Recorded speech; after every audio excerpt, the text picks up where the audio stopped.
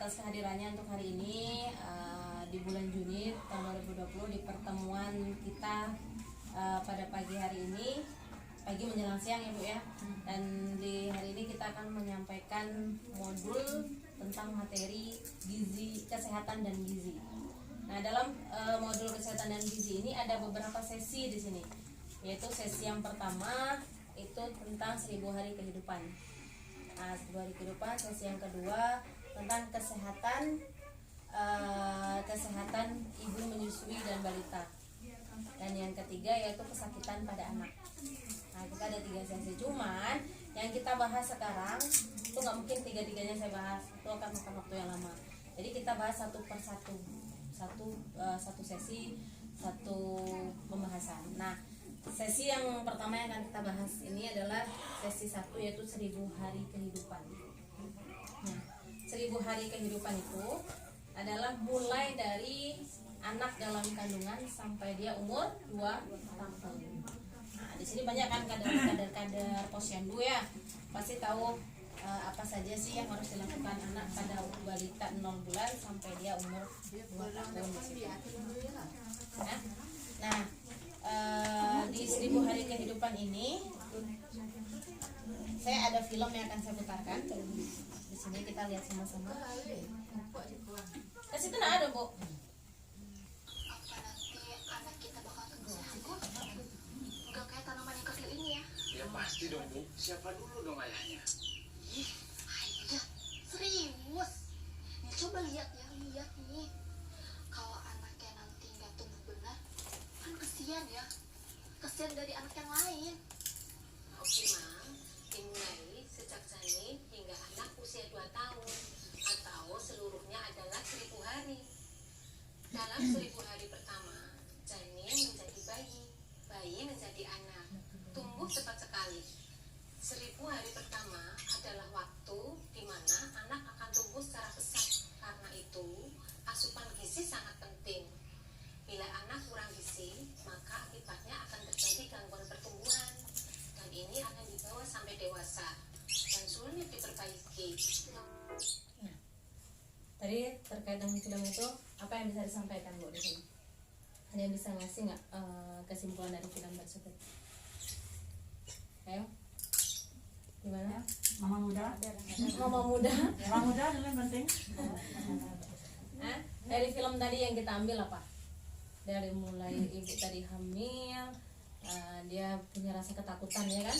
Dia punya rasa ketakutan, takut anaknya tidak tumbuh dengan sehat. Nah, dia melihat tetangga yang sebelah orang tuanya tinggi tapi dia memiliki anak yang di bawah rata-rata. Terus daripada pusing-pusing pergi dia ke bidan. Akhirnya dijelaskan dengan bidan bahwa masa periode anak itu di masa kehamilan sampai dia di usia 24 bulan. Nah, di situ dia harus posyandu, harus imunisasi, timbang berat badan itu penting. Nah, terus tinggi badan. Jadi posyandu itu memang diwajibkan bagi anak dan itu sudah menjadi hak anak.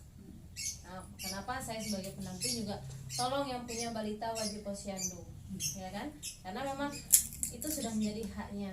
Seandainya kita nggak mengetahui perkembangan anak kita, nanti pada saat dia di usia 2 tahun lebih ternyata tingginya tidak sesuai dengan anak-anak seumurannya, ada permasalahan, kita tidak bisa konsultasi. Tapi kalau kita rajin bawa ke posyandu, maka akan ada wanti-wanti kehati-hatian dari si bidan bahwa ternyata tingginya tidak nambah.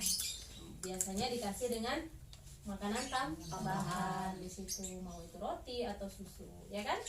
Nah, jadi di situ penting 1000 hari kehidupan. Dan di dalam 1000 hari kehidupan itu yang dijaga bukan hanya si janin, tapi dari si ibu juga. Karena janin dalam perut itu dia mengkonsumsi makanan dari si ibu. Jadi gizi si ibu harus dipenuhi. Jadi bukan makan lebih banyak, ya kan? Tapi gizinya seimbang. Ada di situ karbohidratnya, nasinya, ada sayurnya, ada mineralnya, buah-buahan. Nah, terus kalau seandainya kita periksa ke tenaga kesehatan, biasanya kita dikasih apa? vitamin sama tambah darah. Tambah darah wajib diminum nggak? Wajib. Tapi kadang ya malas, baunya nggak enak, saat pipis nggak enak baunya gitu kan, pusing. Nah, padahal itu wajib. Selama kehamilan minimal kita minum 90 tablet tambah darah. Nah, kalau kita mau anak itu sehat, berarti apa yang dianjurkan bidan kita harus ikuti. Nah, terus tadi memeriksa kesehatan paling enggak berapa kali? Satu kali sebulan, ya. Jadi itu wajib. Misalnya saya biasa periksa di dokter spesialis, silakan. Tapi kita gunakan juga ada bidan desa di daerah kita. Jadi pada saat nanti kita ada apa-apa, tenaga kesehatan yang ada di desa juga mengerti makan kita pada saat kita dalam kandungan, ya. Jadi itu tadi kita harus penuhi gizi kita selama 24 bulan. Kita hamil dari mulai hamil sampai 9 bulan, ya. Itu di 280 hari. Habis itu anak lahir usia 0 sampai 6 bulan itu 180 hari. Habis itu usia 6 sampai 8 bulan 60 hari. Setelah itu usia 8 sampai 12 bulan 120 bulan. Dan anak usia 12 sampai 24 bulan itu masa 360 hari. Jadi totalnya 1000. Nah, yang harus kita jaga dari mulai 280 hari sampai ke 360 hari. Disitulah kita tahu perkembangan anak baik atau tidak. Dampak dari kekurangan gizi dan anak pendek tadi itu pada kualitas sumber daya manusianya, ya kan? Yang pertama, anak kurang gizi akan tumbuh lebih pendek dari kawan-kawannya. Dan seandainya dia perempuan, nih pada anak perempuan, dia akan melahirkan bayi yang kecil atau berat badan rendah, BBLR, ya. BBLR, berat badan lahir rendah, dikurang dari 2,500 gram, ya. Padahal kan kalau kita melahirkan itu anak di atas 2.500 gram ke atas. Tapi kalau dia anak pendek, anak yang dilahirkan juga akan lebih rendah. Terus kurang gizi atau pendek menghambat perkembangan kognitif, nilai sekolah dan keberhasilan pendidikan. Jadi dia berkaitan juga dengan pendidikannya akan terganggu karena pola pikirnya kena ininya EQ-nya kena ya. Habis itu kurang gizi atau pendek pada usia di bawah 3 tahun menurunkan produktivitas pada usia dewasa. Jadi dia nggak bisa bekerja, produktivitasnya dia nggak produktif gitu. Karena pada saat kita mau melamar kerja, mungkin ya kan dalam lamaran pekerjaan itu dituliskan tinggi badan sekian, ya kan? Nah, berat badan sekian. Tapi kalau misalnya anak itu stunting, secara otomatis dia akan susah untuk mencari pekerjaan. Ya, dia tidak produktif. Stunting itu tidak dengan keturunan, tapi dengan pola makan kita, dengan gizi yang seimbang. Nah, terus anak gizi kurang merupakan penyebab dasar kematian pada anak, ya enggak? Gizi buruk itu kan rentan sekali, ya.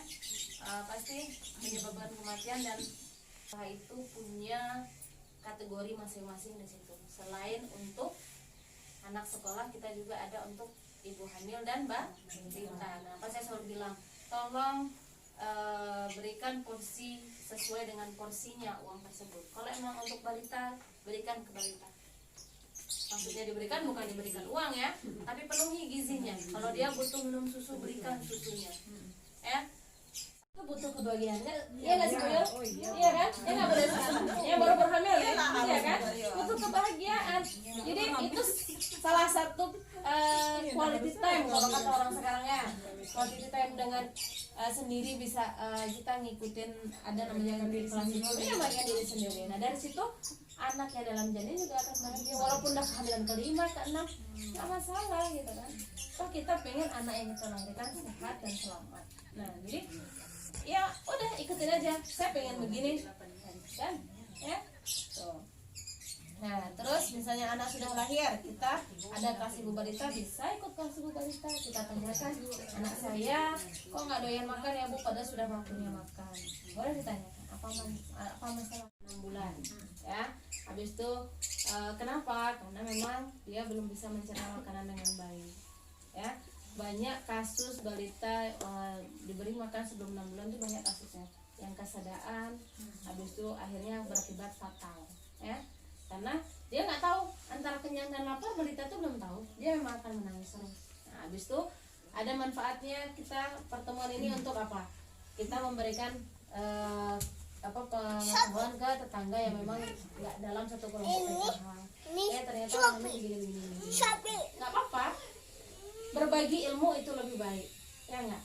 Ya kan? Kita tahu, kita beritahu yang lainnya, ya. Nah, jadi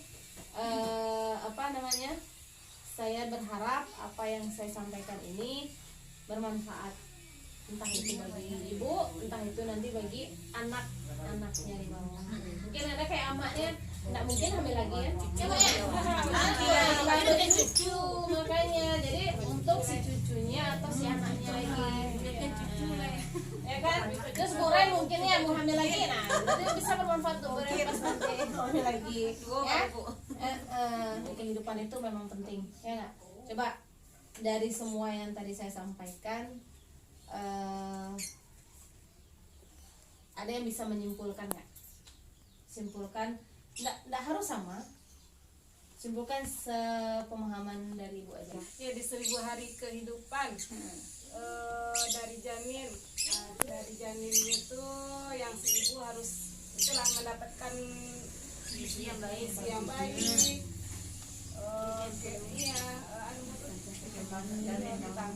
ya, hati yang tenang lah gitu ya, menjalani kehamilannya sampai nanti melahirkan.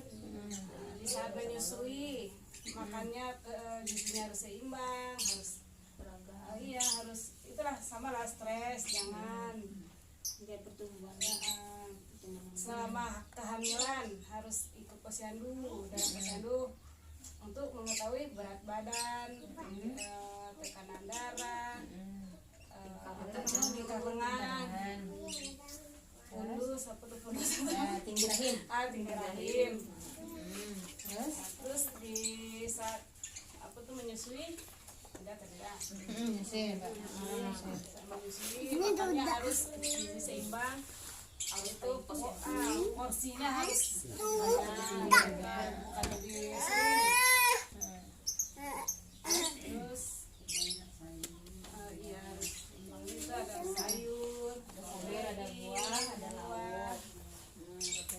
Ada lagi?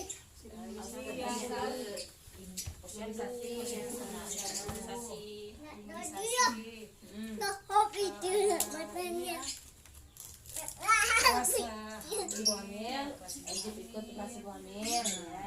Ibu balita. Terus apa lagi? Udah, cukup itu. Nah, ya. Makasih Bu Yul.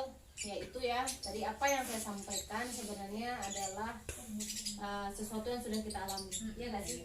Kita sudah mengalami itu semuanya. Nah, makanya materi dalam P2K2 ini sebenarnya materi sehari-hari yang pernah kita alami, ya. Saya berharap apa yang saya sampaikan ini bermanfaat, entah itu bagi ibu, entah itu nanti bagi anak-anaknya di bawah. Mungkin ada kayak amaknya nggak mungkin hamil lagi ya, ada cucu, makanya jadi untuk si cucunya atau si anaknya lagi, ya kan. Terus Burai mungkin ya mau hamil lagi, nah berarti bisa bermanfaat tuh Burai pas nanti hamil lagi, ya. Untuk sesi 1 tentang gizi dan kesehatan gizi kita sudah selesai. Di sesi ibu hamil kita sudah selesai. Terima kasih atas partisipasinya untuk ibu-ibu semua. Kita bisa belajar bersama di sini. Mudah-mudahan apa yang saya sampaikan bermanfaat, dan ambil sisi baiknya, tinggalkan sisi buruknya. Dan seandainya ada yang salah saya sampaikan, bisa dikoreksi karena kita di sini belajar bersama, ya. Terima kasih untuk kehadirannya. Kita akan melanjutkan untuk bulan berikutnya, sesi yang berikutnya masih dalam modul yang sama, ya. Itu aja dari saya. Terima kasih banyak. Saya akhiri wabillahi taufiq wal hidayah. Wassalamualaikum warahmatullahi wabarakatuh.